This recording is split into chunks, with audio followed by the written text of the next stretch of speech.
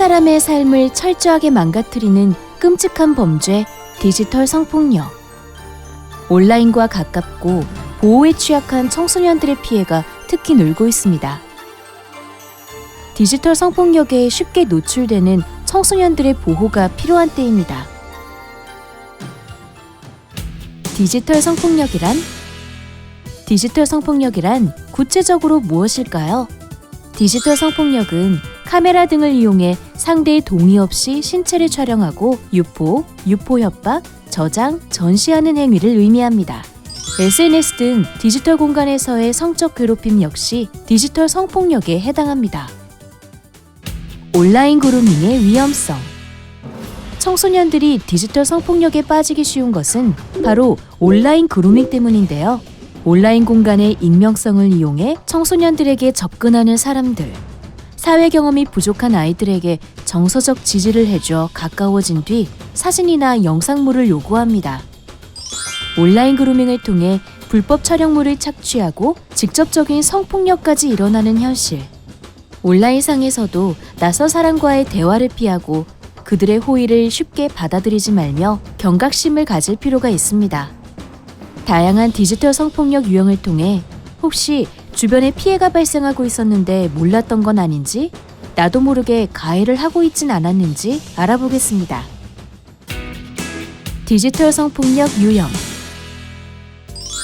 성적 욕망 또는 수치심을 유발하는 신체를 대상자 모르게 대상자가 원하지 않는 촬영은 모두 불법 촬영 행위입니다. 신체가 직접적으로 드러나지 않는 사진인 경우에도 수치심을 줄 수 있다고 판단되면 충분히 처벌할 수 있습니다. 웹하드, 불법 성인 사이트, SNS 등의 불법 촬영물을 비동의 업로드하는 건 역시 대표적인 디지털 성범죄입니다. 단톡방에 불법 촬영물을 공유하는 것도 모두 범죄에 해당합니다.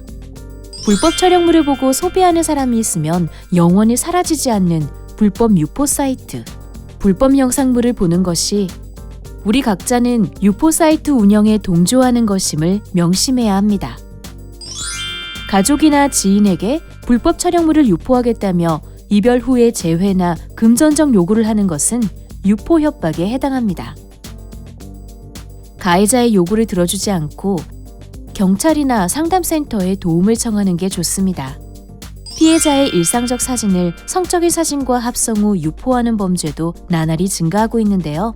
최근 고3 학생이 동급생과 선후배를 비롯하여 교사와 졸업생 등의 얼굴과 음란물을 합성한 사진 수천 장이 발견되면서 큰 충격을 주었습니다. 사이버상의 성적 괴롭힘은 사이버 공간 내에서 성적 내용을 포함한 명예훼손이나 모욕 등을 모두 포함하는 행위입니다. 메신저나 SNS에 가볍게 했던 말들도 누군가에게 큰 상처를 줄 수 있고 범죄가 될 수 있습니다. 피해자의 삶을 망가뜨리는 잔인한 디지털 성폭력과 멀어지는 방법은 무엇일까요? 디지털 성폭력 예방 수칙. 먼저 타인에게 사진, 개인 신상 및 개인정보를 요구하지 않고 어떠한 경우라도 절대 주지 않습니다. 만약 피해가 발생한 경우 즉시 전문기관 또는 믿을 수 있는 어른에게 반드시 알립니다. 어떠한 경우라도 불법 촬영물을 다운받거나 보지 않습니다. 또 동의 없이 다른 이의 사진이나 영상을 촬영하지 않고 타인의 사진 역시 카톡이나 SNS에 함부로 유출하지 않습니다. 그리고 친구에게 피해가 발생했을 때 비난하거나 소문거리로 삼지 않습니다. 피해 사실을 유포하고 비난하는 건 역시 2차 가해로 규정되어 처벌받을 수 있습니다. 디지털 성폭력 피해 발생 시 지원 제도. 디지털 성폭력 피해가 발생했을 경우 긴급하게 도움받을 수 있는 곳이 있습니다.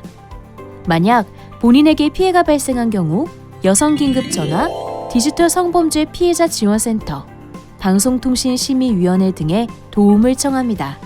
상담은 전화나 온라인으로도 가능하며 모든 내용은 비밀 보장을 원칙으로 합니다. 또 상담과 함께 피해 촬영물 삭제나 수사, 법률, 의료 등 직접적인 도움을 받을 수 있습니다. 피해가 발생했을 경우 망설이지 말고 빠르게 연락하세요. 타인의 몸을 유흥거리로 즐기지 않고 내 몸과 같이 소중한 존재로 여긴다면 우리 모두 디지털 성폭력의 위험에서 벗어날 수 있습니다.